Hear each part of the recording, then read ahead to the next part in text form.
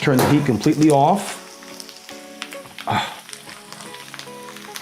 telling you, you will never eat a potato so delicious in your life. All right, if you've been having trouble with making some delicious roasted red potatoes, you know, the ones where they're really crispy on the outside, but nice and soft and pillowy butter on the inside, I got the fix for you, all right? Let's do this. First thing we're gonna do, and I'm gonna let the cat out the bag really early. We've got a pot of hot water here that I'm almost up to a full boil. And while that's waiting to come to a full boil, we're gonna add, I've got about 2 quarts of water in here. Just regular old tap water is fine. We're gonna add about 2 tablespoons of kosher salt. And this is where I'm gonna let the cat out of the bag here. We're gonna add 1 teaspoon of baking soda. Now, why is this so important? Okay, so let's break this down. What that baking soda is going to do is it's going to make the water more alkaline, less acidic, okay? And what that does is it's going to, when this potatoes get in here, it's gonna break down the outside of the potato faster than the inside. And that's why it's gonna get crispy on the inside and kind of less, you know, more moist or crispy on the outside and less moist on, or more moist on the inside. So that's so important. The baking soda is a huge, huge first step. So let's get our potatoes here. And I've got some red potatoes. I've got about 1 pound here that I've cut into quarters. Okay, so we just had half a potato here and then the other half of there, and I just took it down and I cut it into quarters, okay? Get our potatoes in, as the water's boiling.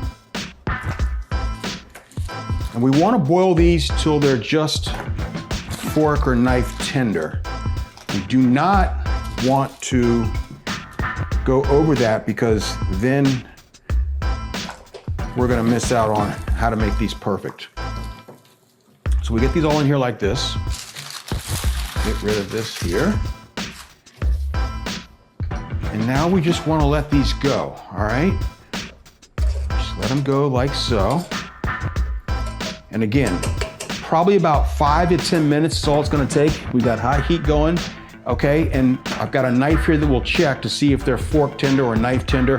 When it comes right off the knife, that's what we want. And I'm gonna show you the next step after that, which is really, really important. I'm gonna show you how that alkaline affected the outside of that skin and kept the inside of the potato moist. That's the first very, very big step on how to get these restaurant style, just amazing tasting, crispy potatoes. I mean, they are so delicious when they're done the proper way. While these are going, we're gonna do 2 things. I'm gonna get our bowl ready for when we take out our potatoes, and we're gonna add in a little bit of extra virgin olive oil, probably about 1/8 of a cup, maybe 3 tablespoons. I'm gonna put a little bit of lemon juice in there, about a teaspoon, and some red pepper flake is what I like, all right? And we're just gonna set this aside and kind of let that oil get all infused in there. And you can kind of get it around the bowl like so. Okay. And again, while I have you here, one of the things that I talk a lot about in my ebook, Cooking Made Simple, is about learning how to make a commitment to your equipment, okay? And you know, like this bowl here. I mean, you should have one in your home, okay? This sheet pan, also, you should have one in your home. I know I grew up on these sheet pans here. You know, we used to call these cookie sheets. I still have one, obviously. And these are good, they're fine, but you can see that they're just not as durable. So I really recommend picking up a nice, strong sheet pan. You can get a half sheet pan or you can get a whole one like this.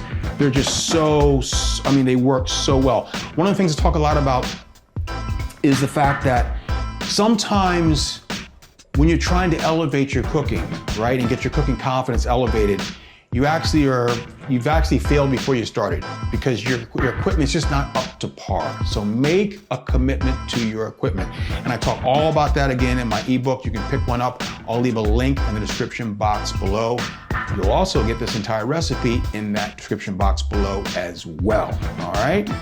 So let's check what we're doing here with these potatoes. Okay, probably got another 3 to 4 minutes maybe. We can just look at, we'll just take one, we'll see where we are so you guys can see. Pierce it. Almost, let's say about another 3 minutes. So we're gonna step away. When I come back, they'll be perfectly cooked. We're probably cooking them about, I would say, a little over halfway. It's all we wanna do, right? We do not wanna cook them all the way because then you've lost the game, okay? But that baking soda, I'm telling you, is the key to breaking down that outside skin, but keeping the potato inside nice and moist. Oh, it's gonna be unbelievable. We'll be right back, don't go. Been about a total of 10 minutes. And they look amazing. Let's just take one of these here. Let's see what we got. 1, 2, 3, boom. Perfect, okay. So we'll turn the heat off and we'll now remove our par-cooked potato into our bowl, which was the olive oil, a little lemon juice, and some red pepper. And by the way, I did forget to mention that before you even start this process, you want to preheat your oven to 450 degrees. If it's a convection oven, 400 degrees is fine, but 450 if it's just regular, okay? You wanna get that going. The oven wanna get nice and hot. Okay, so all of our potatoes are out. Now, here's what I wanna show you and why that baking soda was so important. And this step is crucial, okay? What we wanna do now is we want to what we call basically roughing these up. And what that means is you're gonna see, look at this bowl here. You see how it's nice and shiny? Well, once we rough these up, I want this to look cloudy. I want the starch to come off of these because that's going to be the real key on making these potatoes just amazingly crispy once we put them in the oven. So what we do here is we just go like this. And what you will start to see is the cloudiness of that starch coming off.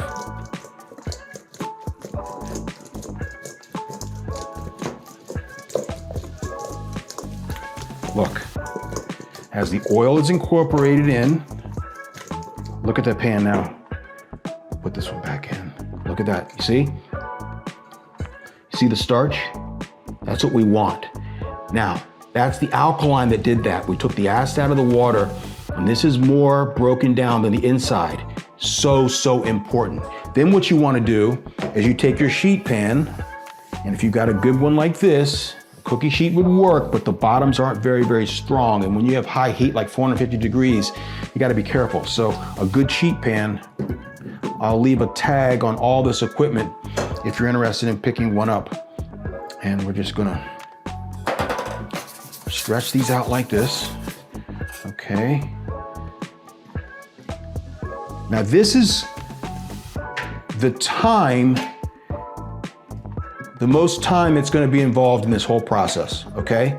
Because this is gonna be going in the oven on 2 separate intervals, 20 and 20. We're gonna do 20 minutes, then open your oven up, pull them out gently, and then turn them, okay? And then back in the oven for another 20 minutes, almost to a T. This is a pound, so look, about 40 minutes. That's gonna be the maximum time. And honestly, the end result is unbelievable. And then there's one final step that really is the chef's tip, the pro tip of the entire day besides the baking soda that I know you're going to love, so you can't go anywhere. I'll put these in the oven. We'll be right back after about 40 minutes. We'll see what they look like, and then I'll show you the final step. Don't go anywhere. Roasted red potatoes. Delicious. Be right back. Hey, come on in here. We just pulled these out. I want you to hear. Listen to this. You hear that crispiness? Oh, look at the color. 40 minutes, turned on both sides. Oh my goodness. This is what we're talking about. So beautiful, so crispy, but we're not finished here yet. This is where most people stop right now, and this would be fine, but this is how you really take it to the next level. So we've got a nice saute pan here. We're gonna fire this up on some high heat We're gonna use a couple different fats here, some extra virgin olive oil, probably about a tablespoon. And I'm also gonna use 4 tablespoons of unsalted whole butter. And we're gonna take some garlic paste, equivalent of about 2 cloves, which is about a teaspoon, just like that. What we wanna do is get this going, and we want to infuse the garlic into this fat. Combination of the butter and the extra virgin olive oil creates something very, very spectacular. So we just want to get this all infused. That garlic is not going to burn, so don't worry.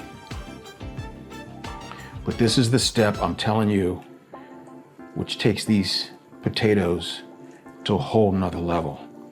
And again, this is so worth it, these steps. Okay, once everything is done like that, we can just take our potatoes, put them into our pan.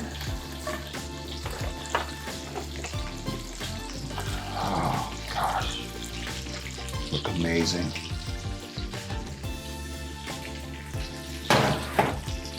Now we want to hit them with a little bit of kosher salt, a little bit of black pepper, and then I've got a mixture of parsley, thyme, and rosemary, all fresh. Put that in there like that. And then here, we want to do the flip. Now I know a lot of people don't do the flip. That's fine. You can just stir if you want. It all works out perfect. Look at that. Are you kidding me? Turn the heat completely off. I'm telling you, you will never eat a potato so delicious in your life. Just crispy on the skin, fluffy and pillowy and moist in the middle on the potato. You cannot go wrong. Trust me, when you make these, you will never go back. This is the way to do it. I know a lot of people have always had a hard time. The couple things that we did differently this time, parboiled 50% using that baking soda. So important to get that alkaline, get the acidity out of there, okay? That breaks down the skin, okay? Then, after we put it in the oven for 40 minutes at 450 degrees, we add a little bit of extra virgin olive oil, some unsalted butter, and some fresh herbs. We used parsley, thyme, and rosemary. We took it to the saute pan, and at the last minute, before I forget, we're gonna take a little bit of lemon juice, just a little bit, and just drizzle a little on top like that. You can even do some Parmesan cheese too on top of this. So many different things. You can kind of just do your own thing at that point, but that is what it's all about. Oh my goodness. Thank you so much for watching this episode of Chef Brian's Kitchen. I am Chef Brian. Listen, also, if you would like to support the channel, if you enjoy what you're seeing here, there's a new membership button. Click that and join, become a member, get all the perks that are involved with that. Really would appreciate that. I can't wait to see you next time right here on Chef Brian's Kitchen. Remember, as always, eat well and stay healthy.